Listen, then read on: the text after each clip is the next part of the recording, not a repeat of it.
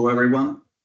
My name is Isidro Fernandez. I'm going to present you a workshop regarding the developments that AIMEN are developing in the scope SMARTHANDLE project. I will start now presenting the table of the contents of this workshop. This workshop is divided into sessions. The first one is a public session where we present, me and my workmates from AIMEN, we present all the technologies that we have been using to develop our systems. It's divided in these three developments: the human perception technologies, the visual control lens of contact lenses, and the fiber optic sensor is a kind of tactile sensor we are working on. But before of that, we are going to explain you the presentation of the project, the SMARTHANDLE project. That's all about this workshop public section.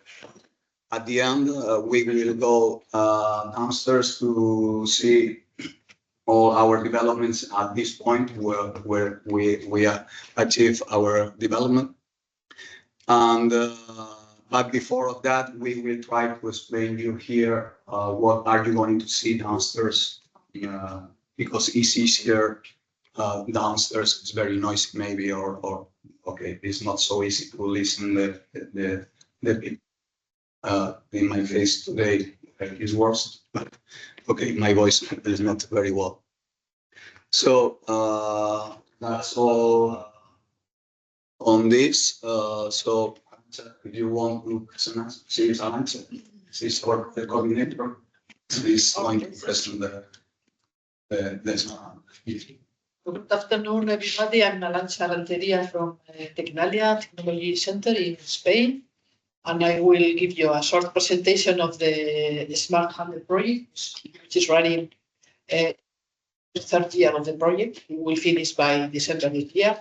Challenges that the project tries to focus on are mainly the manufacturing sector in the European Union, where companies are working on the manufacturing sector with a high productivity growth planned for next year.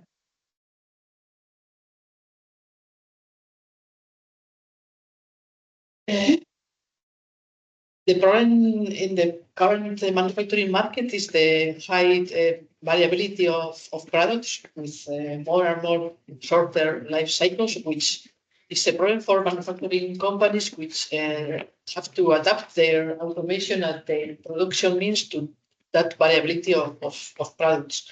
And they have also problems with the ability to balance the cost, the quality, and the bilingual workforce in the production lines. So the objectives of the project are mainly those that you can see here, is trying to develop handling agents with enough intelligence to be able to grip and to manipulate and to perceive the object to be manipulated, taking into account that there is a high variant of workpiece in the manufacturing lines. Also, we plan to develop a smart scheduling and planning and orchestration of the production line with handling agents and trying to cope with real-time data. Also, we will apply artificial intelligence in order to have robots are able to adapt to the changing conditions and process planning on a multi-level basis. And also trying to keep in mind always that all the developed technologies must be human-centered in order to ensure high acceptance by the workers who will also be working together with the robots. And for that, the solutions that we are providing with this SMARTHANDLE project is new means of production with enhanced flexibility in order to decrease the reconfiguration cost that is the main reason for the companies to survive. Also to make the production lines more resilient to the changes and to improve the working conditions of the workers in the manufacturing industry. You can see here the planning of the project. You have work package related to the specification and design of the technologies focused on human-centric. You have work package 3, 4, and 5 dealing with the development of new technologies, intelligent and mechatronic tools, all the technologies related to planning and monitoring of the operations for manipulation of the components, and artificial intelligence-based optimization tools. We have work package 6 in order to validate all the technologies developed during the project. Work package 7 is dealing with the simulation and exploitation of the outcome, and work package 1 is dealing with the project management. The project lasts 3 years. We started in January 2023. We finished it. We have 3 pilot cases that represent 3 different use cases in the manufacturing industry. The first one is metal industries, that are the packaging of a large aluminum profile, which must be packed on a pallet in a specific way in order to obtain optimized distribution of the profiles. The second one is the sector of consumer goods, that is the use case of Medicon, which is the manufacturing of highly deformable, that is the contact lenses, with specific challenges regarding that they are very delicate products, very small, must be handled on a high precision basis. And the third deals with the disassembly of electrical batteries. That is the use case of ABI company. They have the specific problems that are very risky components for the workforce, because they have the dangerous components with electric shocks. So this represents very different challenges and very different solutions that we must address in order to fill the 3 cases requirements. You see here the 14 partners that are composing the consortium. We have the 3 end users and several research centers and companies in charge of developing the technologies. Anything else? Oh, this is all for the very presentation. Back to Alejandro. Thank you. So, hello, my name is Alejandro Grajeda. I am going to start talking to you about human perception. But first, before beginning, just for those that are not familiar with ROS2, I would just like to give a brief overview on the libraries and tools that this offers. So conceptually, it is very similar to ROS1. So it has the same tools, which are nodes, publishers, services, actions, etc. ROS2 is able to operate with ROS1 through a ROS bridge. So if you have some package developed in ROS2 and you want to work alongside ROS1, you can do that just doing some slight changes to connect between them. ROS2 is also multi-language, so it allows for C++, Python, etc. And it is multi-platform, so we can use it all across the board. We have different solutions for DDS. It allows for real-time control, and it allows us to support multiple robots and multiple configurations, such as Swarm Robotics, for example. And it helps to bridge the gap between the prototypes that we are developing and real solutions or real products, which we are aiming to generate with the project. So just a brief overview of the main elements. So first we have nodes, which are contained, perform some computation. These usually try to solve one specific task, and these nodes try to communicate to other nodes through messages, topics, services, and actions. So a message in ROS2 is basically a structured data format which defines how topics nodes exchanging information. A topic is a communication channel that allows two nodes to communicate between them. A service is a type of node that allows a request and response communication. So a service starts running, and then you can ask it to perform the task, and it will return the response. And then we also have actions, which are communication mechanisms for executing long-running tasks. And unlike services, these allow for feedback while the action is running. So it is very useful to get to know the process of the action while it is running. Now, moving on to the human perception part, I will start explaining 2D pose estimation, which is the first step of what we are developing as part of our solution. So what is 2D pose estimation? It is basically getting to know where the human body joints are in a person defined by their key points. So there are many different models depending on the number of key points and where they are placed. In our case, we're using a 17 key point models, which includes some elements of the head, the shoulders, the arms, and the legs.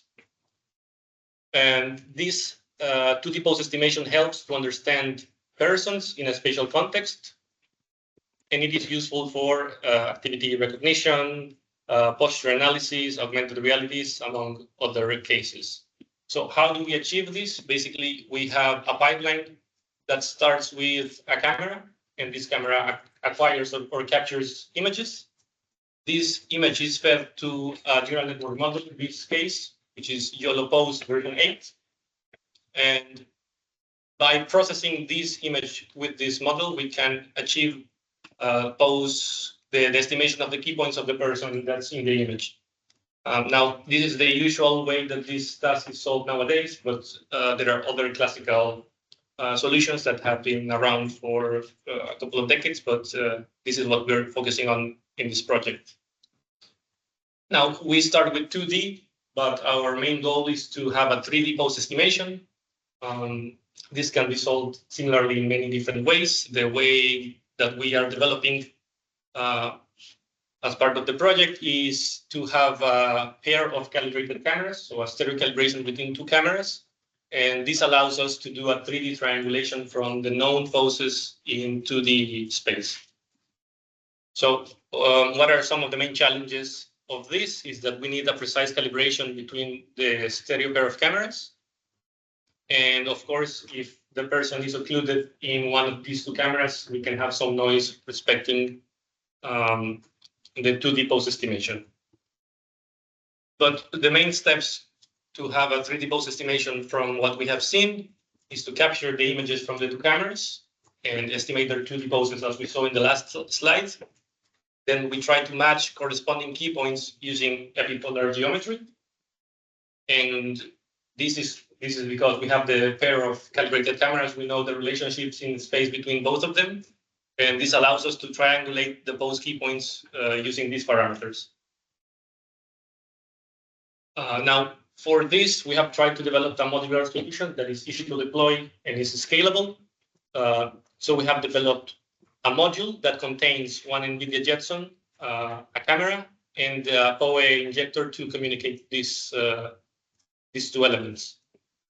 So one module itself is able to acquire images and to estimate 2D poses, which is continuously fed through ROS2 as a topic and sent to a central piece, where this information in 2D space is integrated into 3D to provide a 3D reconstruction of the observed area. Now, some of the challenges that we have encountered during this development is that it is really important to have the data synchronized. This can be a bit challenging if one of the Jetsons lags, for example, or is not running optimized. It is also required to have a very precise calibration accuracy between the stereo pair of cameras and also between cameras in the world. And we also want to try to increase the performance of the modules running in the Jetson loading nanos. So as future work, we want to integrate our speed and separation monitoring module into ROS2, which will be the last step to connect the 3D pose estimation to controlling the speed of the robot as a human gets closer to it. And we also want to try an alternative way of implementing 3D pose reconstruction through depth estimation to have 3D reconstruction within one specific module without requiring the stereo pair of calibration. So this is additional to the work that we have performed so far, and we will try to showcase it in the future months. Now, before showing the results, we will finish explaining the technologies. So the results of the 3D pose estimation will be shown at the end by my partner Isidro, and we will also see it live downstairs when we go afterwards. Thank you. That's all from my side.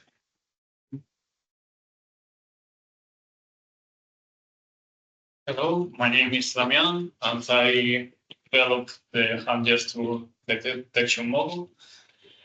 It's a model of estimation of human hand key points, and with that key points, we make a gesture interpretation. It's a model that allows us is task execution and control without knowledge of programming, and is useful for fast and accurate high-level robot communication. We are using an IDS RGB camera and a Jetson loading nano. We are using ROS2 and the Ravis to communicate the camera with the robot. And we are using MediaPipe library. It's a Google library open source, so gesture recognition model. You can see here the system workflow. The operator can make a gesture under the camera, and that image go to the Jetson, and with the driver from Aravis to ROS2, we can get that image and go to the library MediaPipe. We can extract the key points and pass this to the model to like input, and we get the instruction to the robot like that goes to the robot with a ROS2 and socket bridge, and the robot make the instruction. The challenges of this project was improving the accuracy, handling occlusions between the hand and the camera, and highlighting variations, and optimizing the latency. Now it's working more or less 20 FPS, but yeah, it's okay. And the future work is expanding gesture vocabulary to make more instruction of the robots, and add robustness in dynamic environments and all type of hands training the robot. Thanks. Now,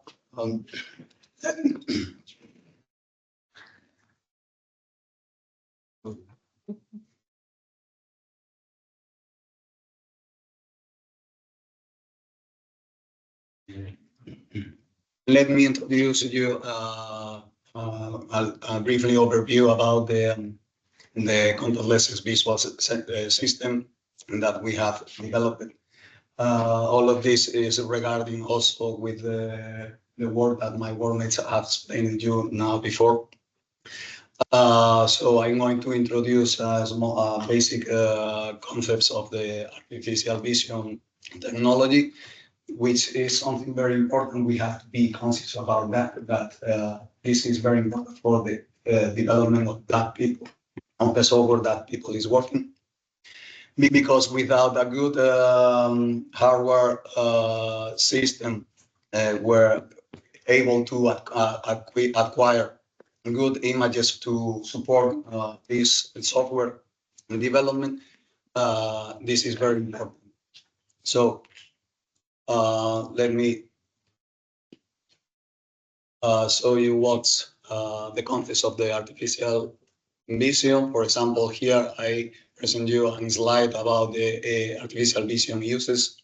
All of you, I'm sure you know that, but let me so the artificial vision usually is used to solve different issues in different areas. And most of them are related regarding to the industry. For example, in manufacturing industry to classify or counting different parts, objects. In pharmacy, of course, the quality control is very important, or in food industry, it's very important to detect different flows or parts that be there with the object. In the civil and military scope, is very important about the safety and surveillance. This technology can be used for that. In labs or in medicine as well, it's very common to use artificial vision for metrology or inspection. The last one, but not there are more of them. For example, in robotics nowadays, we are evolved a lot about regarding localization and navigation with these kind of robots. Artificial vision is the way we have to analyze some object without touching it from the distance. So most of the times is very useful doing that to don't interfere with the object and don't change any properties of this object. And of course, it's very useful to use it in hazardous environments like radioactivity environments, or during a fire in the woods. This is so basic presentation of what is the concept of the artificial vision and the uses. This is the definition. A couple of definitions that I put here is regarding that this technology is used, first of all, to make decisions from a photo after imaging processing. But nowadays, of course, it's very important besides that to acquire and process the image to get a good data set of these objects. Okay. Nowadays, if we consider how we worked in the 90s, for example, with artificial vision, this was the effort we have to apply to develop our system, artificial vision system.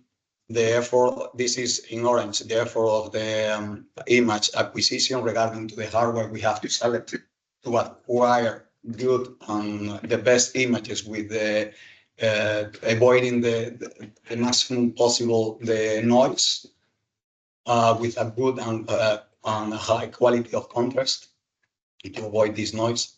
And afterwards, this is in blue, the effort we should perform during the software development. This is, as I told you, in the 90s maybe, okay, and nowadays with the new artificial intelligence, the deep learning, this effort changes. So now we have to pay more attention maybe on the hardware we are going to select and how we are going to illuminate or to acquire correctly the images. And finally, this is more or less the effort we should pay on the development, on software development, sorry. Let me show you another slide. The challenges we have when we want to acquire good images from our object that we want to analyze have different limiting factors, of course, important regarding this technology. Regarding the hardware, these bullet points we have here, the first one, we have to pay attention that we have to know the working area and the working distance of the camera from the object. And this is the first point to start. Afterwards, we need to know how to isolate the object from the background. Afterwards, we need to as well another issue we have to tackle is to improve the contrast and the definition of the images that we want to acquire. And finally, for example, another what we have to pay attention is to avoid how to avoid illumination interferences that sometimes are adding more noise to our system. To try to solve and tackle this, we have to pay attention especially to these three hardware equipment: the camera, the sensor selection, the optics selection, and the illumination techniques. And regarding the software, when we go forward and we want to start to develop our software, we need to pay attention on the information extraction, on the data analysis, and the decision making, using the proper and dedicated libraries and specialized software. And nowadays we are starting to work with the learning and GPT visual models. For example, now to make a summary of the different hardware I explained it to you before, I wanted to pay attention on this first of all in the camera sensor types that we can use. For example, in this project, we were checking almost all of them to resolve our problems with the contact lenses that are very difficult to acquire good images for our purpose, to locate them and to read an engraved code that is on the surface of the contact lens. So we have checked almost all of them. Finally, we decide to use a 2D camera area scan in monochrome with high resolution, very small dots, pixel size, which it was the best. But these are different cameras we could use. For example, there are linear cameras. This was not an option for this solution, of course, but we use it as well. 3D cameras with laser triangulation. It doesn't work because the lens is transparent. We didn't have enough contrast to see the profile of the lens or to locate them. We use it as well, stereo vision, passive or active. For example, we use it, well, I don't remember the name of the camera, 3D sensor. We use it. Okay, that projects a pattern onto the contact lens interface, but it doesn't work as well because reflection was minimum. And finally, there are we have to pay attention on different technologies as well on sensors. It would be RGB or more cameras more focused on the infrared spectra. In our case, we decided to use monochrome because it's better resolution compared to our AGB when we want to see millimeter objects. We tried as well to use, I think we checked both because we have this technology at AIMEN, but finally it was no sense to use these very expensive cameras to obtain almost maybe the same goal that with an scan camera that are cheaper, of course. And these are some examples to present the different cameras that I was speaking here and explaining here. Moving forward, about the optics, for example, we tried different optics. More, we focused on the focal lenses and on telecentric lenses. Both are very different. The working, how do they work, is very different from one to the other. This is explained here in these diagrams. The focal length, what we have are some advantages, of course, because it's cheaper than the telecentric, it's small and it's light. Okay, but it has some disadvantage. Like, for example, the most important is the parallel uses, like magnification distortion when the perspective error or the blurred edges. This is the problem with these cameras when you focus on an object with with a length or in different depth of view. Okay, we don't see the real. We see the object with different sizes when it doesn't have. We can imagine what happens when we focus a tube, like in this case, with teeth or whatever. And this is a tube that we can see from the top of the tube with a camera, with a focal lens. And we can see not only the top of the tube, that is this, but the bottom as well. With a telecentric, we avoid this problem, and we can see the perfect dimensions of this object. This is what is represented here. There are almost no differences between different objects at different depth of view. These advantages of the telecentric, as I told you, they don't have imaginary distortion. So we want to work in metrology or something like that, they are very advantageous.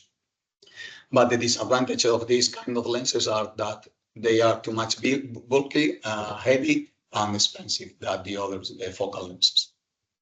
So we decided to use a focal lens with a good quality, of course. With the quality should be matched with the sensor. So if we have a high resolution sensor, we need a high resolution as well optics.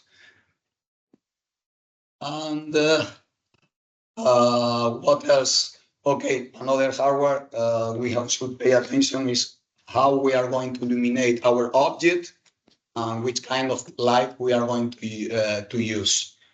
For our work, of course, when we working with, we tested the hyperspectral and multispectral cameras.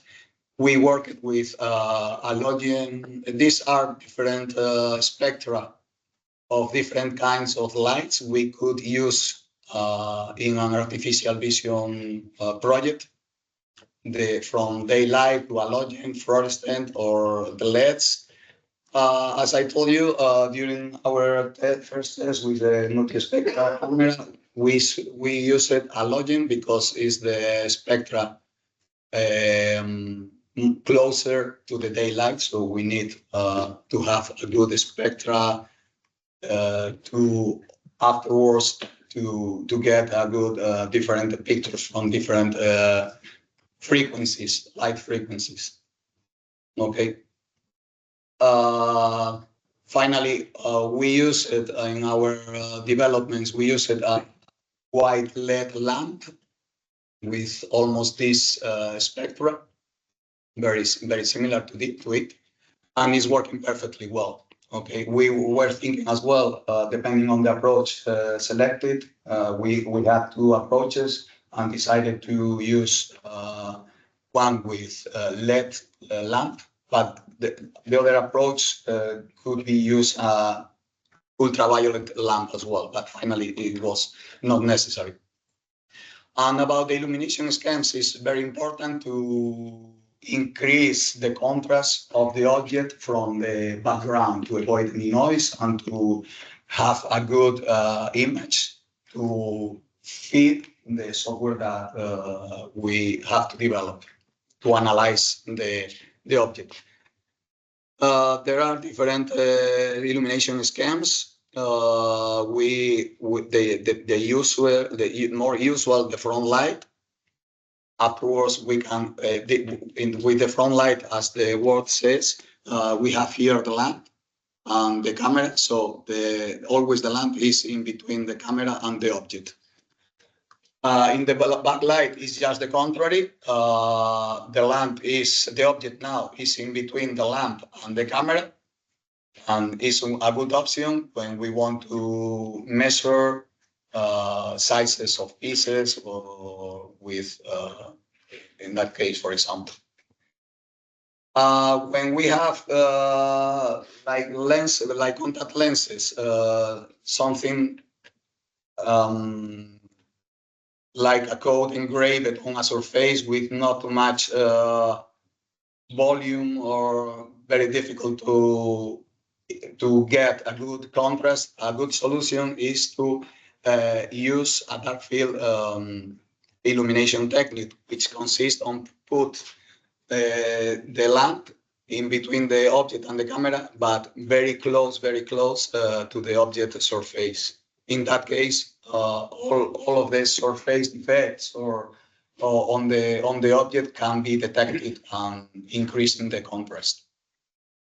And finally, there are another solution to avoid any glossy noise from objects that maybe are a little bit bright or very reflective, that we can use a tone light that is an illumination special with a bell, a lamp here in the bottom, with a bell reflecting the light from different directions, angles. All right.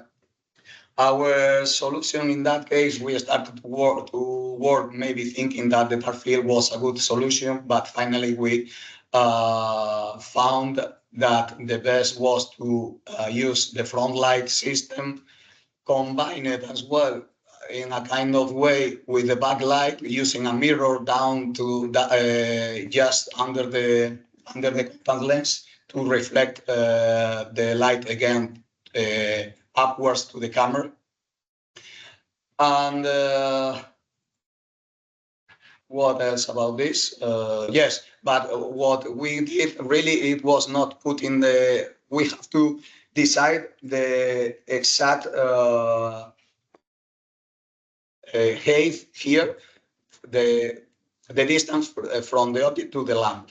Okay, if we put the lamp very close, there was bright in the middle of the lens. Let us read the engraved code, so we have to increase a little bit the distance between the lamp and the object to get good results, and concentrate the bright of the reflection of the light just in the middle, not disturbing us in the edge of the lens where is the code engraved.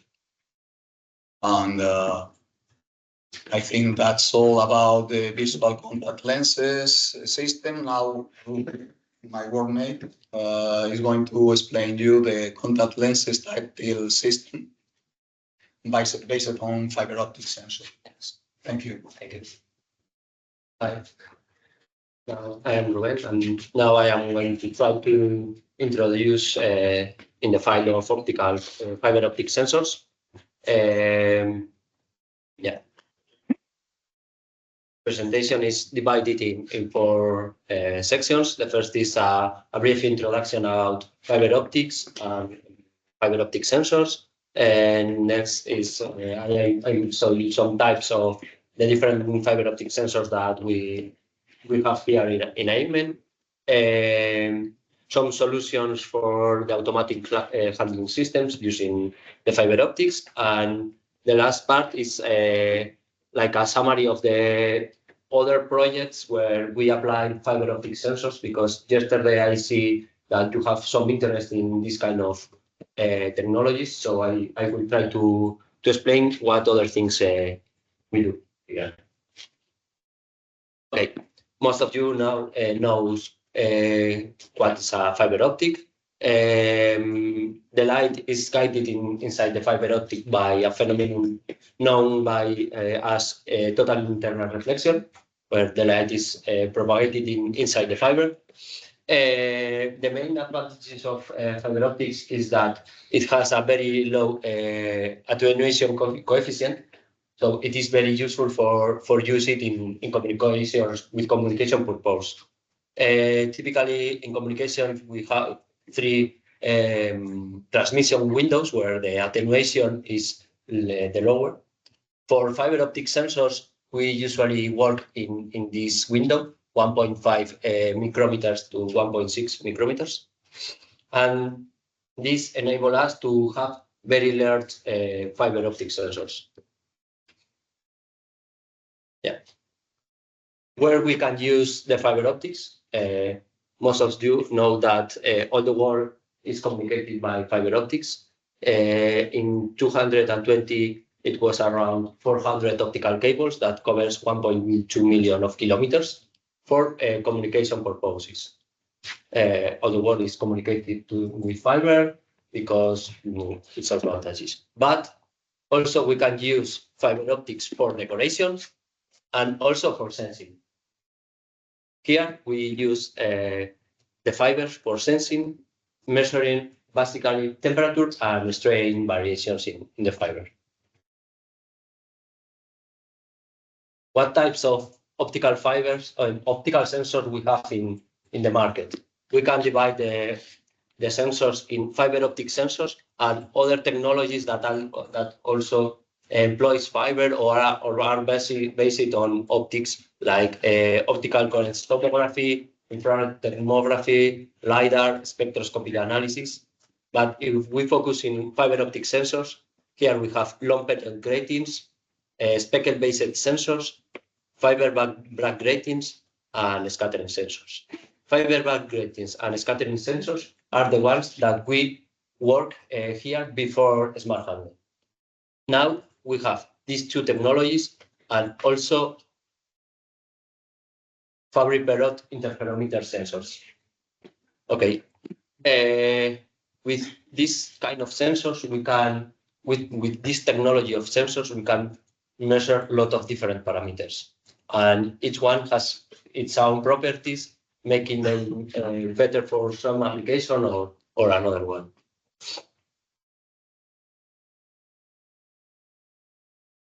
Yeah. Why we use fiber optic sensors? Because traditional sensors have some limitations. For example, here we have a sample with fiber optic sensors and traditional electronic strain gauges. For measuring a lot of different points, we only use one cable that can have 100 optical fiber sensors. But if you want to use 100 traditional strain gauge or thermocouples or something like this, you have a lot of cables to connect to your devices. This is related also with this other limitation of traditional sensors. With fiber optics, especially with distributed ones, you can measure all the sample that you want to measure, because the distributed sensors has a capacity to measure in all the points where you have the fiber, and you can obtain a complete map of the structure that you are monitoring or the process you are trying to monitorize or something like this.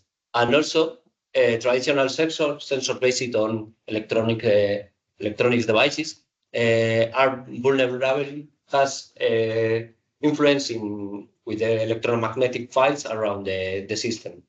So there are some scenarios where it's not possible to use electronic devices, and fiber optics like are made by silica. You can employ and you are not being affected by these electromagnetic waves.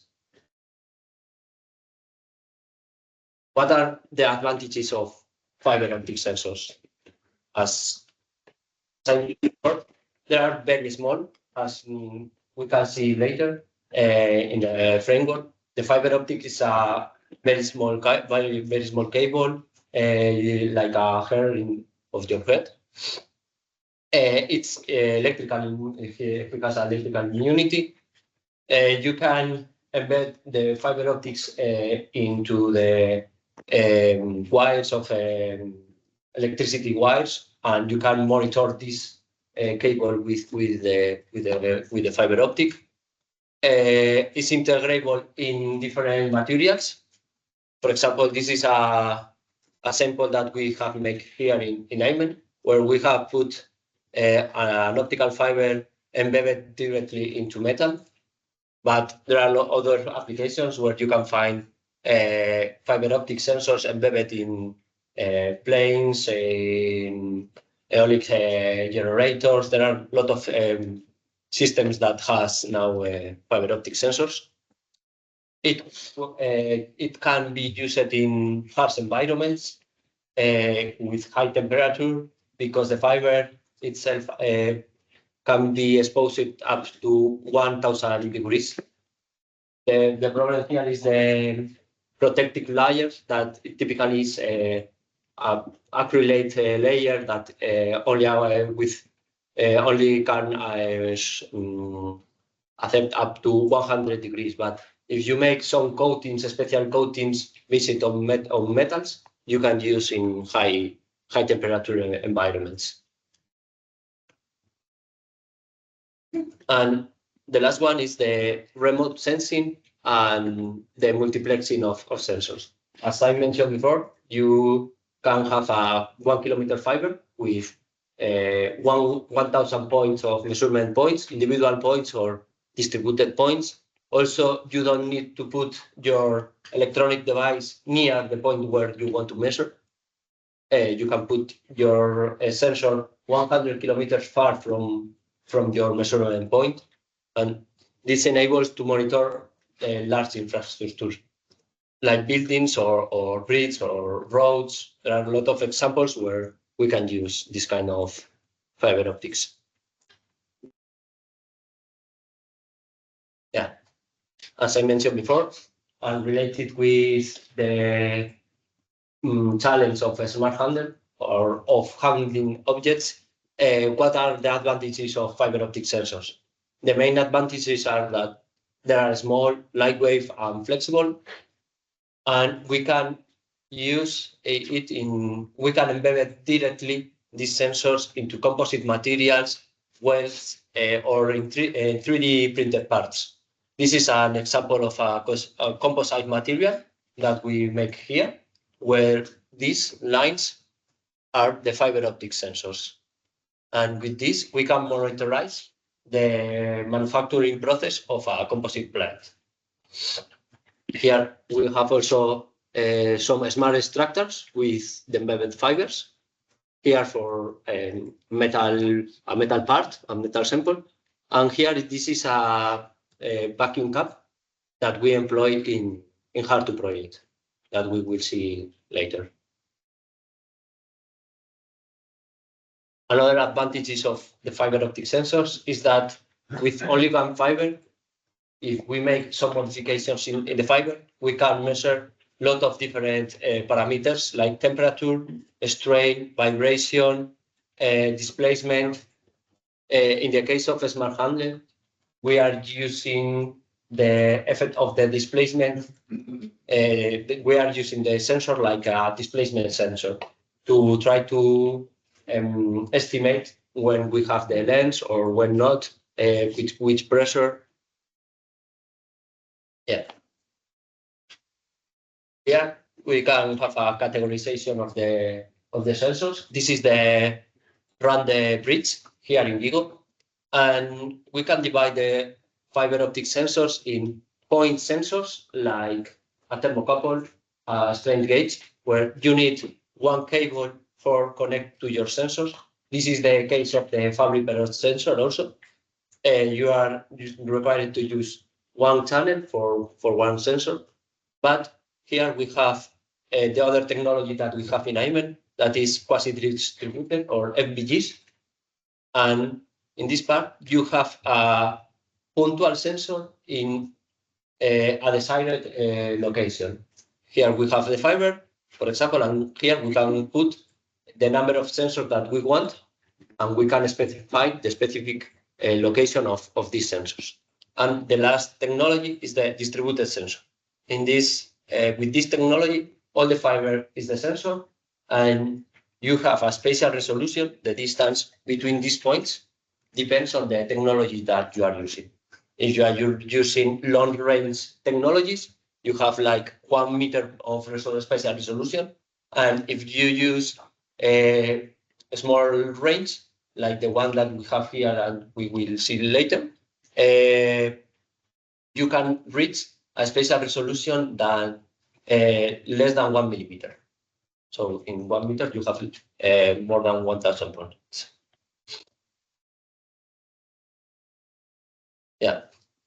As I mentioned before, yeah, we have these three technologies. The working principle is based on, we have here the fiber, and for FPGs, we have here the fiber. We need to make some marks in the core of the fiber. We have to change the refractive index of the fiber. Then we can use a device that is known like optical interrogator to launch a big spectrum, typically 100 nanometers of a spectrum inside the fiber. Part of the signal is transmitted, and part of the signal is reflected by this filter mirror, as you want to know. This reflected spectrum, we can monitorize these peaks, and we can correlate this with temperature or strain variations. Because when we apply some temperature different variations here, the structure changes, and also the peak that is reflected change. So if we monitorize these peaks, we can obtain the temperature or strain variation. In the case of distributed sensors, they are based on another phenomenon that is named scattering. Scattering is that when you inject the light inside the fiber, part of this light is back-scattered to the original laser source. And if you analyze this back-scattered signal, is related with the things that are affecting the fiber. If there is some change in temperature or change in the deformation of the fiber, the signal that you are acquiring is different than when you put the fiber resting in the table, for example. Here we have different types of distributed sensors based on Rayleigh, Bridgewin, or Raman effect. Depends on the technology that you use. For example, Raman is only sensible to temperature. Bridgewin is for temperature and deformation. And Rayleigh is very useful for vibrations. Here there is a new technology that can monitorize all kinds of vibrations from the voice. You can monitorize remotely the voice of a person, or earthquakes to predict earthquakes, traffic monitoring. There are a lot of applications with this technology. And the last one is the fabric pellet interferometer. These sensors are based on an interferometry between two signals that are traveling inside the fiber. Here we have a schematic example. We inject the light here. Part of the light is reflected at the end of the fiber and returns to the origin.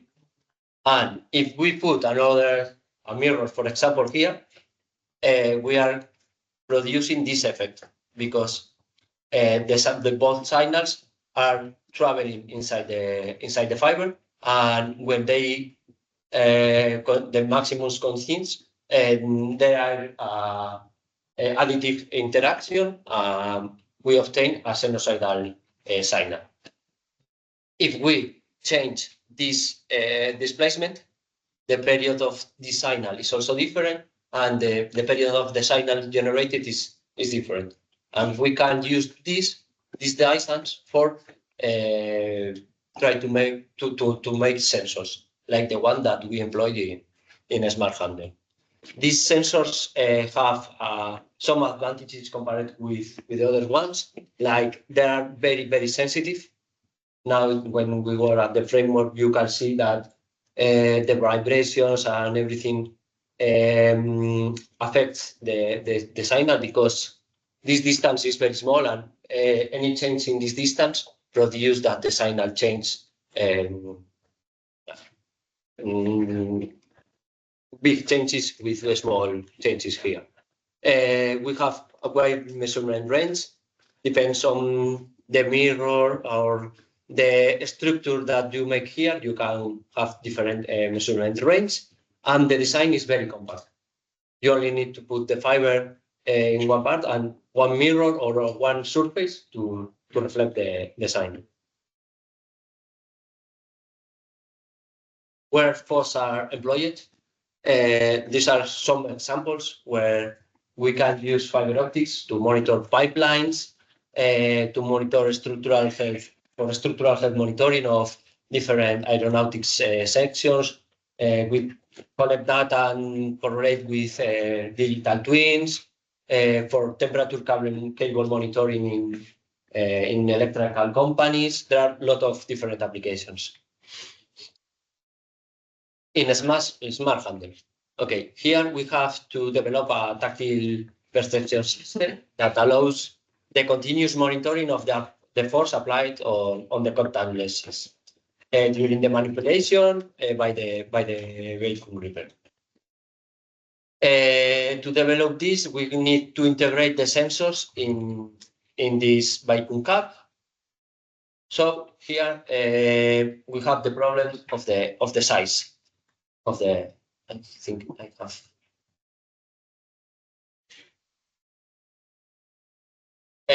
The problem of the cap, the vacuum cap, that is very small.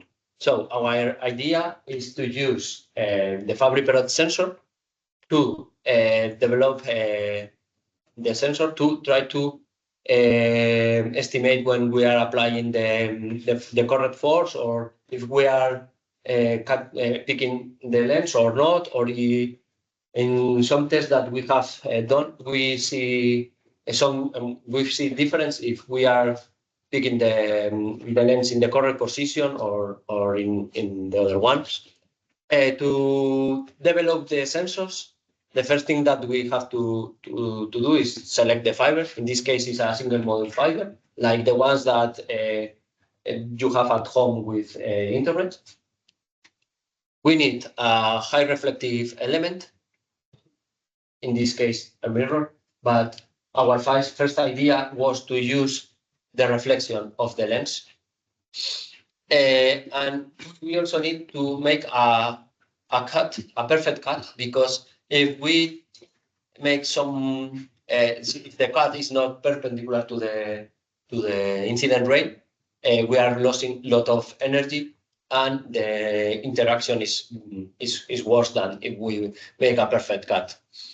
Then, if we align all the elements properly, we can obtain the sensor response. To analyze the sensor response, we use a device like this. This is a fiber optic interrogator, and we have different types, but they are based more or less in the same technology. We have here we have a high spectrum laser and a photodetector, and the signal goes inside the fiber. It is reflected and goes inside and is analyzed. Here is the proposed monitoring solution. Here we have the fiber and the mirror. And if we change this distance, we can see the change on this spectra. The frequency and the amplitude of this signal change with this distance. We use this to develop the smart handle solution. But the problem is the vacuum cap is too small. So we have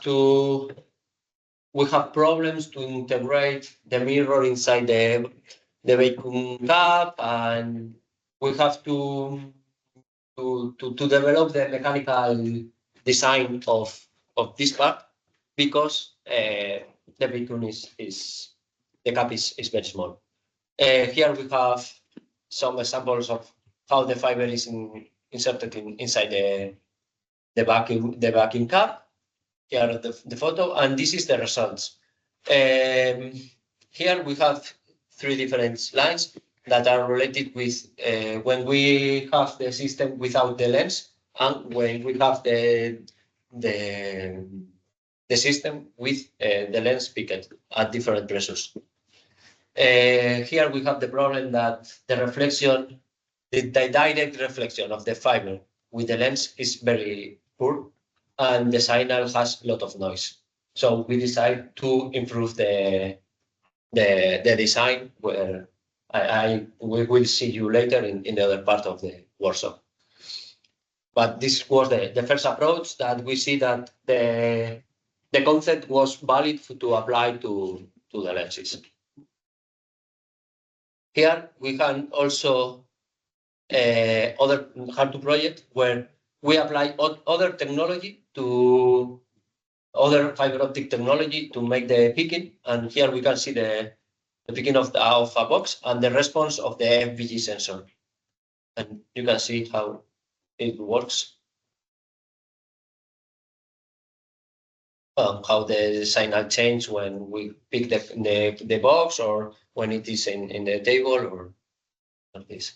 Here, the design is totally different because the cap is bigger and we can put some sensors embedded into the vacuum cap. Then when we make the vacuum of the box, the signal change, and we use this signal to make the control of the force of the vacuum system. Okay, I think this is all for SMARTHANDLE, and now I am going to try to explain you briefly the other projects where we apply fiber optic sensors in a briefly manner. In our group, we have like 3 different research lines where we make the sensor development for specific applications. We try to develop smart materials and structures, embed the sensors in different materials. And also we have another line where we apply special coatings for harsh environments or for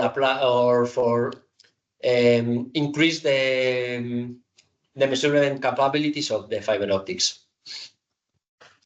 With this, we can monitor our different parameters like temperature, strain, the load, corrosion, abrasion, vibration. We can put fibers glued or embedded in multiple materials like concrete, composite, metals, polymers. Depends on the application, depends on the project that we have.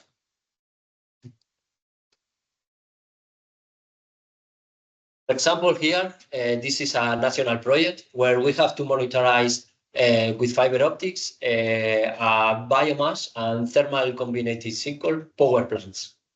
We use fiber optics with protective metal coatings, and we monitor temperatures around 900 degrees, and some peaks of around 900 degrees. It was a very corrosive environment. We also want to try to measure the deformation of the tubes, but there are a lot of it was difficult to find clues that supports that conditions of the working conditions, and the sensor survives, but it was difficult to analyze the strain of the tubes due to the temperatures. Here also we have another project related with energy. This is a molten salt power plant where we have to monitorize the temperature in the different layers of the tank. Typically, these tanks are for metals, but in this case, it was made with special concrete for high temperature because it was more thermal capacities than the others. And we embed the fibers in different layers of the molten salts to monitorize also the temperature, and also if it appears some cracks in the structure of the molten salt. Yeah, there are different solutions here, and we tested this in a real platform in Évora. Here in this project, we have to, in Gecko, we have to develop a monitoring solution based on fiber optics that it was capable of estimate the corrosion of pipelines using the fibers, measuring the circumferential deformation of the fibers. When the corrosion appears, we have fibers put around the pipeline, and the pipeline was under pressure. When we have corrosion or peaking inside the pipeline, the pressure inside in these parts increase. So when we see the response of the sensors, we can detect some points where the pressure is higher than the rest. Yeah. Also, we have other projects more related to structural health monitoring, more common structural health monitoring. In Level Up, we use fiber optics to monitorize a stamping press structure for the condition monitoring of the process, or to try to detect if there are any cracks in the structure of the pressing stamping press. Here we have a project that we have a structure for offshore applications made with composite materials, and we put sensor inside for structural health monitoring, and also to try to detect if there are corrosion inside the layers of the structure, because it's a normal problem here in the offside in the sea that the corrosion start to dip into the layers, and the structure fails. So we put sensors coated with metals that are sensible to the corrosion, and if we detect that the signal change is because the water is inside that layers. And also another typical application is for monitoring composite materials. We put different arrays of FDG sensors and try to monitorize the fabrication of composite materials like the ones that you see yesterday. And with this, we can obtain a strain map after the manufacturing of the sample. This is very useful for to compare with simulations and to optimize the process.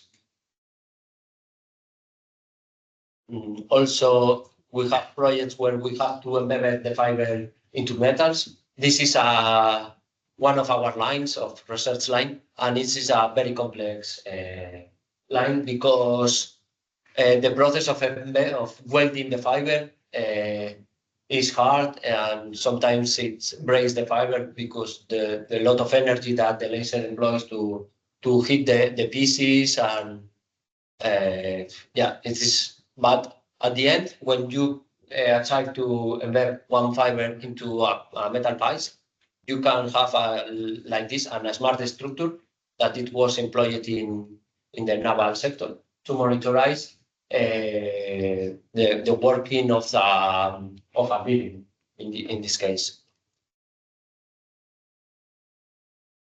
And the last one, this is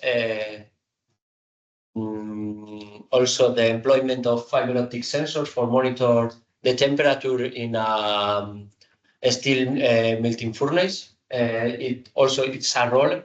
This is in Arcelor in Bilbao.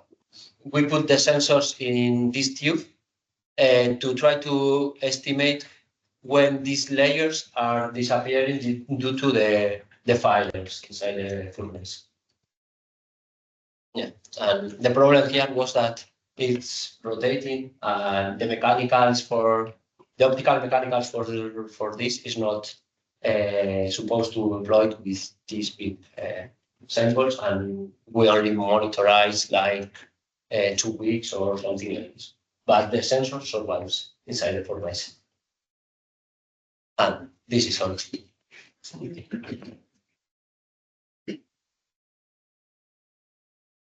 So,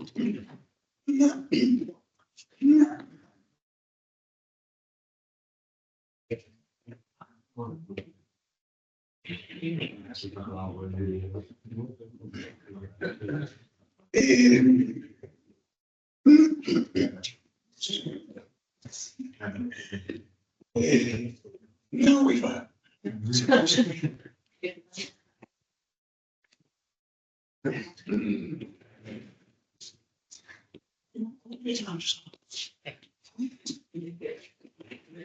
Okay, so to wrap up, next I will show you some of the results we achieved with what we have explained before with the technologies.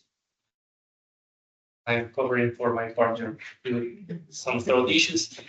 So first, regarding the human perceptions, to get a glimpse of what we're going to see downstairs. First, it's important that you know how we have set up the demonstrator. We have a structure, as you see on the image to the left, which is basically a cube. And we have mounted our 4 cameras on the corners of the cube, on the top corners of the cube. We have these cameras with the stereo calibration between each pair of cameras. And we also have these cameras calibrated with the robot that is serving as our base in this scenario. On the top right, you can see some examples of the 2D pose estimation working individually in each of the modules. It's important to note that for this solution, we are also able to use a region of interest of where we expect the operator to be. This can be used for an initial filter of the human poses in 2D. It is not needed, but it can be used. And in the bottom right, you can see the 3D reconstruction of the human that is being seen on the 2D images. So, for example, in previous iterations of this technology, we only had 2 cameras, so 1 pair. In the situation where we lost view of the human in 1 image, we could not do this in this situation because we have 4 cameras distributed around the cell. If one of the cameras stops seeing the human, like the one in the top right, because it is still in view of the other cameras, we can still keep track of the human in 3D. So it kind of solves the problem of occlusions by only having 2 cameras. Moving on. This is the demonstrator setup for the hand gesture system.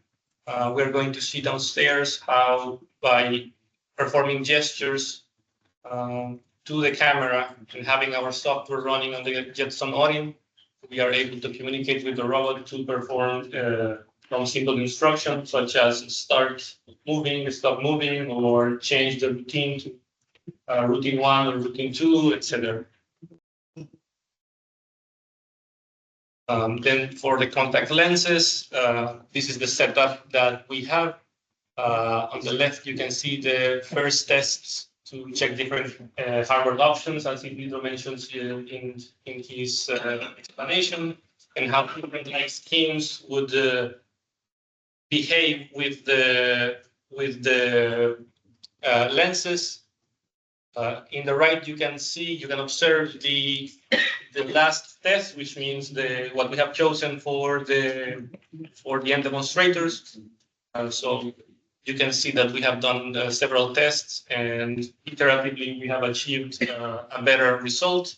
So we believe this to have is the way to go. And that's it. Thank you for your attention. We will now move downstairs. So.